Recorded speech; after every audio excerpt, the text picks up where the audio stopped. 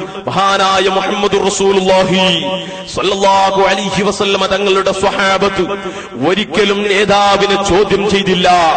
നേതാവിന്റെ പാപസുരക്ഷിതത്വത്തെ വിചാരണ ചെയ്തില്ല. മറിച്ച് സ്വഹാബികളിൽ പ്രഗൽഭനായ അവരുടെ ക്യാപ്റ്റനായ സയ്യിദുനാ അബൂബക്കർ സിദ്ദീഖ് റളിയല്ലാഹു അൻഹു പ്രഖ്യാപിക്കുന്നത് ഇമാം ബുഖാരി ഉദ്ധരിക്കുന്ന ഹദീസിൽ നമുക്ക് കാണാം. ഇന്നഹു ലറസൂലുള്ളാഹ് ലൈസ യഅസി റബ്ബഹു. മുഹമ്മദ് നബി സല്ലല്ലാഹു അലൈഹി വസല്ലം അല്ലാഹുവിന്റെ റസൂലാണ്. ജനങ്ങളെ, ഒരിക്കലും അല്ലാഹുവിന് തെറ്റ് ചെയ്തിട്ടില്ല, അല്ലാഹുവിനെതിരെ ചെയ്തിട്ടില്ല. അവൻ അനുസരിക്കുന്ന വിഷയത്തിലും കീഴ്പ്പെടുന്ന വിഷയത്തിലും ഒരിക്കലും മാറി കാണിച്ചിട്ടില്ല എന്ന് മഹാനായ സയ്യിദുനാ അബൂബക്കർ സിദ്ദീഖ് റളിയല്ലാഹു അൻഹു പറയുമ്പോൾ ആ സത്യം ഉൾക്കൊണ്ട് അവരെ മാതൃകയാക്കി ജീവിക്കാനുള്ള ഒരു സാഹചര്യത്തിലാണ് എന്റെ പ്രിയപ്പെട്ട മുസ്ലിമീങ്ങളെ ഞാനും നിങ്ങളും ശ്രമിക്കേണ്ടത് എന്ന് ആമുഖമായി സൂചിപ്പിക്കുകയാണ്. ഞാൻ എന്റെ വിഷയത്തിന്റെ മർമ്മപ്രധാനമായ ഭാഗത്തിലേക്ക് കടക്കുന്നു. ചില ഭാഗങ്ങൾ ഞാൻ നിങ്ങളെ കേൾപ്പിക്കാൻ ആഗ്രഹിക്കുകയാണ്, കാണിപ്പിക്കാൻ ആഗ്രഹിക്കുകയാണ്. എന്തിനു വേണ്ടി? പറഞ്ഞത് മനസ്സിലാകുന്നില്ലെങ്കിൽ തെറ്റിദ്ധരിച്ചു പോയ പാവപ്പെട്ട മുജാഹിദിന്റെ പ്രവർത്തകര്, എന്റെ പ്രസംഗം വീക്ഷിച്ചുകൊണ്ടിരിക്കുന്നവര്, അവര് ഒരിക്കലും പക്ഷപാതിത്വം സ്വീകരിക്കാതെ സത്യം ഉൾക്കൊള്ളാനാണ് ശ്രമിക്കേണ്ടത്. തെറ്റിദ്ധരിച്ച എന്റെ തെറ്റിദ്ധാരണ നീങ്ങാനുള്ള മേഖലകൾ ഉണ്ടെന്ന് കണ്ടാൽ അത് മനസ്സിലാക്കിയെടുക്കാൻ ശ്രമിക്കുന്നതിന് പകരം പരിഹാസങ്ങളും ചിരികളും തമാശകളും കുശലങ്ങളുമൊക്കെ മാറ്റിവെച്ച് സത്യം ഗ്രഹിക്കാൻ തുനിയണം.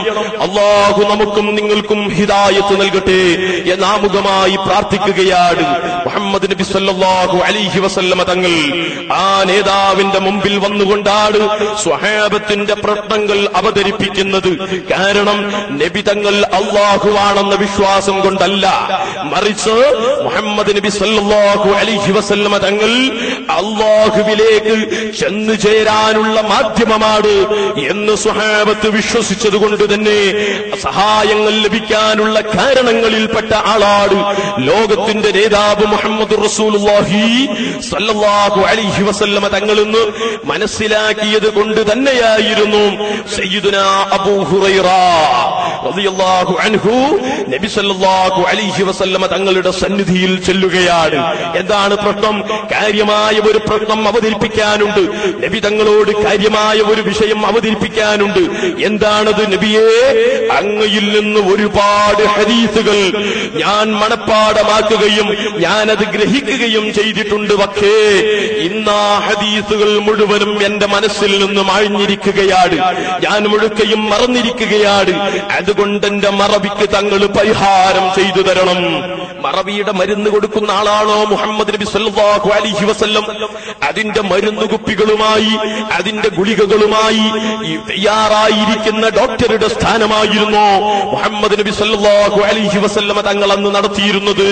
അല്ല, മറിച്ച് നബി സല്ലല്ലാഹു അലൈഹി വസല്ലമ തങ്ങൾക്ക് അല്ലാഹു കൊടുത്ത മുഅ്ജിസത്ത് എന്ന കഴിവുകൊണ്ട് അല്ലാഹുവിനോട് അപേക്ഷ നടത്തി, റെക്കമെൻഡ് നടത്തി, അതിനുള്ള പരിഹാരം നമ്മൾ ചോദിക്കുന്നതിനേക്കാൾ ഉപരി അത് ചെയ്തു തരാനും അത് വാങ്ങിത്തരാനും യോഗ്യതയുള്ള കാരണങ്ങളിൽ ഒരു കാരണമാണ് ലോകത്തിന്റെ നേതാവ് മുഹമ്മദ് റസൂലുള്ളാഹി സല്ലല്ലാഹു അലൈഹി വസല്ലമ തങ്ങളെന്ന് മനസ്സിലാക്കിയത് കൊണ്ട് തന്നെ സ്വഹാബിയായ സയ്യിദുനാ അബൂ ഹുറൈറ റളിയല്ലാഹു അൻഹു നബി തങ്ങളോട് അപേക്ഷിക്കുകയാണ്.